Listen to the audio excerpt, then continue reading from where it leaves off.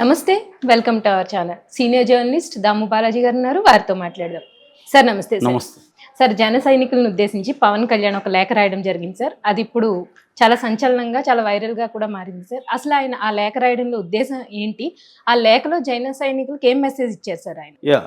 పవన్ కళ్యాణ్ లేఖ ఇప్పుడు సంచలనమైంది. ఆయన 8 నెలల్లో ఇది ఫస్ట్ టైం అనమాట. ఈ ప్రభుత్వం ఏర్పడిన తర్వాత డైరెక్ట్‌గా జన సైనికులకి ఒక లేఖ రాయడం. ఆయన ప్రధానంగా జన సైనికులు, వీర మహిళలు, జనసేన నాయకులు ఈ 3 కేటగిరీలను ఉద్దేశించి ఒక లేఖ రాశాడు. ఆ లేఖలో ప్రధానంగా ఆయన గత ప్రభుత్వ తప్పుల్ని గురించి మాట్లాడాడు. గత ప్రభుత్వంలో ఎంత విధ్వంసం జరిగింది, ఎంత జుగుప్సాకరమైన పరిపాలన చేశారు, అవన్నీ కూడా ఆయన చెప్పాడు. దాని తర్వాత ఒక బాధ్యత మనకిచ్చారు, 5 ఏళ్ళు పరిపాలించమని. మనం 25 ఏళ్ల ఫ్యూచర్ని మనం చేస్తున్నాము.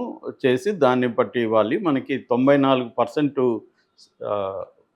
స్ట్రైక్ రేట్తో 164 సీట్లు కూటమికి అందించారు. మనకి జనసేనకి 100% స్ట్రైక్ రేట్తో 21 అసెంబ్లీ, 2 పార్లమెంట్ ఇచ్చారు. కాబట్టి ఈ బాధ్యతతో మనం ఒక అనుభవమైన నాయకత్వంతో మనం రాష్ట్రాన్ని పునర్నిర్మించుకోవాలి, అభివృద్ధిలోకి తీసుకెళ్ళాలి అని చెప్పాడు. అట్లాగే నాకు ఎప్పుడు కూడా పదవులు అంటే ఆశ లేదు. నేను ఇంకా మీదట కూడా ఆశ ఉండదు. నాకు పదవుల కోసం నేను రాజకీయాల్లోకి రాలేదు, ప్రజలకు సేవ చేయాలనే వచ్చాను అనేది చెప్పాడు. దాని తర్వాత ప్రధానంగా అతను ఇవన్నీ కూడా ఒక ఉపోద్ఘాతం అనుకోవచ్చు. ప్రధానమైన మెసేజ్ లేదా ఒక ఆదేశం ఏంటంటే, జన సైనికులకు అందరికీ కూడా మనకి సోషల్ మీడియాలో ఏమైనా తప్పుడు వార్తలు వస్తే మీరు స్పందించకండి, మీరు తలో విధంగా మాట్లాడకండి, మీ వ్యక్తిగత అభిప్రాయాల్ని బయట పెట్టకండి అనే అంతర్గత విషయాల్ని, కూటమిలోని అంతర్గత విషయాల గురించి మీరు చర్చించకండి అనేది ప్రధానంగా ఆయన చెప్పదలుచుకున్నాడు. అట్లాగే లాస్ట్లో March 14 మన జనసేన ఆవిర్భావ దినోత్సవం వస్తుంది. దానికి సంబంధించి మనం ఆ రోజున మరింత కూలంకషంగా చర్చిద్దాం అనేది ఆయన పిలిపించాడు. అంటే ప్రధానంగా దీంట్లో మనం టాపిక్ వైజ్గా విభజిస్తే ఫస్ట్ వైసీపీ దారుణాల గురించి చెప్పడం, తర్వాత ప్రజలు తమకెందుకు ఇచ్చారనేది చెప్పడం, దాని తర్వాత అనుభవం ఉన్న నాయకత్వంలో ప్రభుత్వం పనిచేస్తుంది, కూటమి ప్రభుత్వం. సో మనం ఎలా పునర్నిర్మించాలి రాష్ట్రాన్ని, అభివృద్ధి సంక్షేమం ఎలా తీసుకెళ్లాలనేది చెప్పడం, దాని తర్వాత తనకు వ్యక్తిగతంగా పదవులు లేవు, పదవుల కాంక్ష లేదని చెప్పడం, తర్వాత విషయాల మీద మీరు చర్చించకండి అనేది. ప్రధానంగా మనకి ఇవన్నీ ఏంటంటే, ఎప్పుడైనా కూడా మనకి కోర్ ఏంటి అనేది చూసినప్పుడు ఈ లెటర్లో నోరు మూసుకొని ఉండండి అనేది కోర్. ఒక సెంటెన్స్, జన సైనికులారా నోరు మూసుకోండి అని చెప్పినట్టుగా ఇది అర్థం ఉంది. ఇదే విషయాన్ని టీడీపీ కూడా చెప్పింది. టీడీపీ వాళ్ళు ఇంకొక రకంగా చెప్పారు. టీడీపీ వాళ్ళు ఏం చెప్పారంటే, టీడీపీ పార్టీ ఏంటంటే వెరీ స్ట్రక్చర్డ్ పొలిటికల్ పార్టీ. అది స్ట్రక్చర్డ్ పొలిటికల్ పార్టీ కాబట్టి వాళ్ళు చెప్పే విధానాలు కూడా వేరే ఉంటాయి. ఇది పొలిటికల్ పార్టీ అనేది చెప్పలేము. పవన్ కళ్యాణ్ సింగ్ ఆయన ఒక డిక్టేటర్ లాగా ఉంటాడు. గతంలో కూడా నాగబాబు కూడా అనేకసార్లు పవన్ కళ్యాణ్ ఏం చెప్తే అది మూసుకొని అన్నట్టుగా మాట్లాడాడు. అక్కడ ఏంటంటే పవన్ కళ్యాణ్ చెప్తాడు, మిగతా వాళ్ళు ఆచరించాలి అన్న ఇదే కనిపిస్తుంది. సో అసలు ఎందుకు ఈ లెటరు రాశాడు పవన్ కళ్యాణ్? ఇప్పుడు రాయాల్సిన అవసరం ఉంది. ఆల్రెడీ వాళ్ళ రాజకీయ సలహాదారు మాట్లాడద్దని చెప్పేశాడు ఆల్రెడీ ఇంతకుముందే. అసలు దీని నేపథ్యం ఏంటి? పవన్ కళ్యాణ్ గత కొంతకాలంగా ఈ ప్రభుత్వంలో ఎక్కడ తప్పులు జరిగినా లేకపోతే తప్పులు జరగకపోయినా అవకాశం వచ్చిన చోటంతా తనను తాను హైలైట్ చేసుకుంటూ ఈ ప్రభుత్వాన్ని విమర్శిస్తూ, అధికారులను విమర్శిస్తూ ఉన్నాడు. అది అందరికీ తెలిసిందే. దీంట్లో ఏమీ కుట్రలేదు. ఎవరో ఆయన చేయని దాన్ని చేసినట్టుగా ప్రచారం కూడా లేదు. ఆయన చేసుకుంటూ వస్తున్నాడు. సో ఈ నేపథ్యంలో ఏమైందంటే, ముఖ్యంగా లోకేష్కి ఇబ్బందికరంగా మారింది. ఎందుకంటే ప్రభుత్వంలో నిజంగా అధికారం ఎవరు దగ్గర ఉంది అంటే లోకేష్ దగ్గర ఉంది. ఓన్లీ చంద్రబాబు ఏంటంటే అభివృద్ధికి సంబంధించో లేకపోతే పాలసీ డిసిషన్లకు సంబంధించో చూస్తున్నాడు తప్ప, రియల్గా వివిధ రాష్ట్ర స్థాయి అధికారుల్ని, వాళ్ళు ఐపీఎస్ కావచ్చు, ఐఏఎస్లు కావచ్చు, అధికారులు నియమించేది కానీ రాజకీయ పోస్టులు అంటే నామినేటెడ్ పోస్టులు ఫైనల్గా అథారిటీ కానీ లోకేష్ చేతిలో ఉంది. అట్లాగే day to day affairs of all ministries except Pawan Kalyan. Pawan Kalyan ఆ, మంత్రిత్వ శాఖలకు తప్ప మిగతా అన్ని శాఖలకు సంబంధించి ఆయన నిర్ణయాలు తీసుకుంటున్నారు. అట్లాగే వనరులు ఎవరెవరు ఎక్కడెక్కడ ఎలా పంచుకోవాలి, ఎమ్మెల్యేలు వ్యవహారం దానంతా కూడా ఆయన కనుసన్నల్లోనే జరుగుతుంది అనేది మిగతా పార్టీ సిపిఐ సిపిఎం లాంటి వాళ్ళు కూడా చెప్తున్నారు. వాస్తవం కూడా అది. నేను కూడా పర్సనల్గా చాలా కేసులను చూశాను. సో ఇప్పుడు ఏమవుతుందంటే ఈయన అటాక్ చేసేంత ఇండైరెక్ట్గా లోకేష్కే తగులుతుంది. ఇక్కడ ఒక కోల్డ్ వార్ నడుస్తుంది. ఏంటది? పవన్ కళ్యాణ్ పవర్ ఎక్కువ ఉందా, లోకేష్కి ఎక్కువ ఉందా? నిజంగా చెప్పాలంటే పవన్ కళ్యాణ్ ఒక minor party, Telugu Desam major party. Pawan Kalyan support లేకపోయినా తెలుగుదేశానికి డోకా ఏముండదు. వాళ్ళకి 134 సీట్లు అబ్సల్యూట్గా ఉన్నాయి.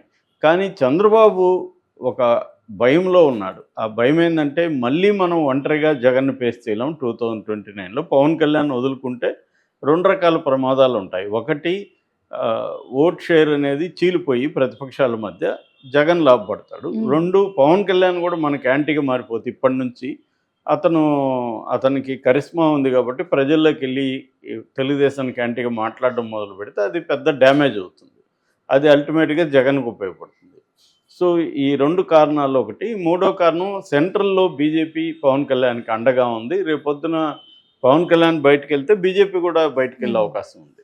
అంటే పవన్ ప్లస్ బీజేపీ కలిసి రాజకీయాలు చేసే అవకాశం ఉంది. అలా చేస్తే రేపొద్దున కేసులు వ్యవహారం కూడా ఇబ్బంది అవుతుంది. ఎందుకంటే మళ్ళీ కూడా సెంట్రల్లో బీజేపీ వచ్చే అవకాశం ఉంది 2029లో కూడా. ఇప్పుడు ఒకవేళ చంద్రబాబు అక్కడ నేషనల్ లెవెల్లో విరమించుకున్నా పెద్ద ఇబ్బంది కలగకపోవచ్చు మోడీకి. వేరే పద్ధతుల్లో మోడీ ప్రభుత్వం ఉంటుంది. కానీ ఈయన ఇప్పుడు ఇండియా కూటమిలోకి వెళ్ళలేడు. వెళ్ళినా కూడా అక్కడ పరిస్థితి బాగాలేదు. సో ఈ కాంటెక్స్ట్లో చంద్రబాబు ఏంటంటే చాలా రెస్ట్రిక్టెడ్ అయిపోయింది ఆయన పవర్స్ అనేవి. సో అందువల్ల పవన్ కళ్యాణ్ని గట్టిగా ఇబ్బంది పెట్టే పరిస్థితి లేదు. ఒక టెస్ట్ వేసి చూశారు, ఏంటి లోకేష్ని డిప్యూటీ సీఎం చేయాలని. అది పనిచేయలేదు. చంద్రబాబు మీద తీవ్రమైన ఒత్తిడి వచ్చింది. సో దాంతో ఏమైంది, సైలెంట్ అయిపోయారు. సైలెంట్ అవ్వమని అధికారికంగా అందరికీ చెప్పారు. అట్లాగే జనసేన నుంచి కూడా చెప్పాడు. ఇప్పుడు పవన్ కళ్యాణ్ ఎందుకు చెప్పాల్సి వచ్చింది? చంద్రబాబు అని లోకేష్ కానీ ఎక్కడ చెప్పలేదు కదా, వాళ్ళ క్యాడర్కి మీరు సైలెంట్గా ఉండండి అని చెప్పలేదు కదా. ఇతను ఎందుకు చెప్తున్నాడు అంటే అర్థం ఏంటి? చంద్రబాబే చెప్పించాడా పవన్ కళ్యాణ్ దగ్గర అని ఒక వార్త వస్తుంది. రెండోది ఏంటంటే పవన్ కళ్యాణ్ ఏది చేసినా నేనే చేస్తాను కానీ మీరేం మాట్లాడకండి. ఇప్పుడు దీనివల్ల ఏమవుతుందంటే ఆల్రెడీ జన సైనికుల్లో ఒక అసంతృప్తి ఉంది. ఎందుకంటే ఎక్కడికక్కడ వనరులు కానీ ఇవన్నీ కానీ తెలుగుదేశం వాళ్ళే పంచుకుంటున్నారు తప్ప వీళ్ళకి అందట్లేదు. వీళ్ళని ఎక్కడికక్కడ కొట్టడము, కేసులు పెట్టడము, వీళ్ళని హరాస్ చేస్తుండడం కూడా తెలుగుదేశం వాళ్ళే. దానికి సంబంధించి కూడా మనకు అనేక పోస్టులు చూస్తున్నాం సోషల్ మీడియాలో జన సైనికులు. సో ఈ కాంటెక్స్లో తమ నాయకుడి కోసం వాళ్ళు మాట్లాడుతుంటే వాళ్ళేమి ముందుగా వాళ్ళు లేవనెత్తింది కదా. లోకేష్ డిప్యూటీ సీఎం కావాలని ఎవరు అడిగారు? సాక్షాత్తు మాజీ మంత్రులు, తర్వాత పాలిట్ బ్యూరో మెంబర్సు, టీజీ భరత్ లాంటి మంత్రులు వీళ్ళే కదా మాట్లాడింది. వాళ్ళు ఎవరో మామూలు తెలుగుదేశం కార్యకర్తలు కాదే, సోషల్ మీడియాలో ఏదో పుకార్లుగా రాలేదే. అంటే అఫీషియల్గా తెలుగుదేశంలో ఉండే బలమైన నాయకులందరూ కూడా పవన్ కళ్యాణ్తో పాటు లోకేష్ కూడా డిప్యూటీ సీఎం కావాలని కోరుకున్నారు. దానికి వ్యతిరేకించడం జనసేన నాయకులు తప్ప. జనసేన వాళ్ళు ఏం మాట్లాడారు? పవన్ కళ్యాణ్ డిప్యూటీ సీఎంగా ఉండి మళ్ళీ లోకేష్ని పెడితే పవన్ కళ్యాణ్ రోల్ తగ్గిపోతుంది కాబట్టి ఒకవేళ మీరు పవన్ కళ్యాణ్ని తగ్గించడానికి అతన్ని కానీ తీసుకొచ్చి డిప్యూటీ సీఎం చేసేటైతే పవన్ కళ్యాణ్ని కూడా సీఎం చేయండి. ఎందుకంటే పవన్ కళ్యాణ్ అండదండ లేకుండా ఉంటే బీజేపీ వచ్చేది కాదు. బీజేపీ రాకపోతే చంద్రబాబు గెలిచేవాడు కాదు, మళ్ళీ జగన్ వచ్చుండేవాడు. క్లియర్గా పవన్ కళ్యాణ్ వల్లనే కూటమి అధికారంలోకి రావడం అనేది జరిగింది. ఇప్పుడు వచ్చి మీరు పవన్ కళ్యాణ్ని తగ్గిస్తుంటే ఆయన ప్రశ్నించే వాటికి సమాధానాలు ఇవ్వండి. ఆయన ఎక్కడైనా తప్పులు జరిగితే ఎత్తి చూపిస్తున్నాడు. అది తప్పు ఎలా అవుతుంది అనేది వాళ్ళ వాదన. ఇప్పుడు వాళ్ళని మాట్లాడొద్దని ఏం చెప్పేస్తే ఆల్రెడీ పార్టీ బలహీనంగా ఉంది. జనసేనకి నిజానికి పార్టీ స్ట్రక్చరే స్ట్రాంగ్గా లేదు. అలాంటిది ఇప్పుడు ఈయన ఇలాంటి ఆదేశాలు అంటే దీని ఏమంటారంటే బ్లాంకెట్ ఆర్డర్ అంటారు. ఒక్కసారిగా చర్చించకుండా మీరు ఒక రకంగా నోరు మూసుకొని ఉండండి అని డైరెక్ట్గా చెప్పడమే. వీళ్ళు అలా నోరు మూసుకొని ఉంటే కేడర్లో రేపొద్దున ఆయన అనుకున్నట్టు జరగదు కదా. పార్టీ అనేది నిర్మాణం లేకుండా ఇప్పుడు జగన్ చేసిన తప్పదే. జగన్ చేసింది ఏంటి, కార్యకర్తల్ని పార్టీని పట్టించుకోవడం మానేశాడు.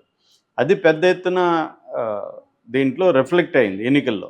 రేపు పొద్దున పవన్ కళ్యాణ్కి ఏదో ఒక ఊపులో వచ్చాడు ఆయన. రేపు పొద్దున ఆయన సపరేట్గా నిలబడాలంటే పార్టీ స్ట్రక్చరు నువ్వు అనుకున్నప్పుడు వచ్చేది అది. వాళ్ళు కూడా పవర్లో ఉన్నప్పుడు నువ్వు మాకేం చేసావని చూస్తారు. అసలు నోరు తెరిసే స్వేచ్ఛ కూడా లేనప్పుడు ఇంకా వాళ్ళు ఎందుకు పవన్ కళ్యాణ్కి అనుకూలంగా మాట్లాడాలి?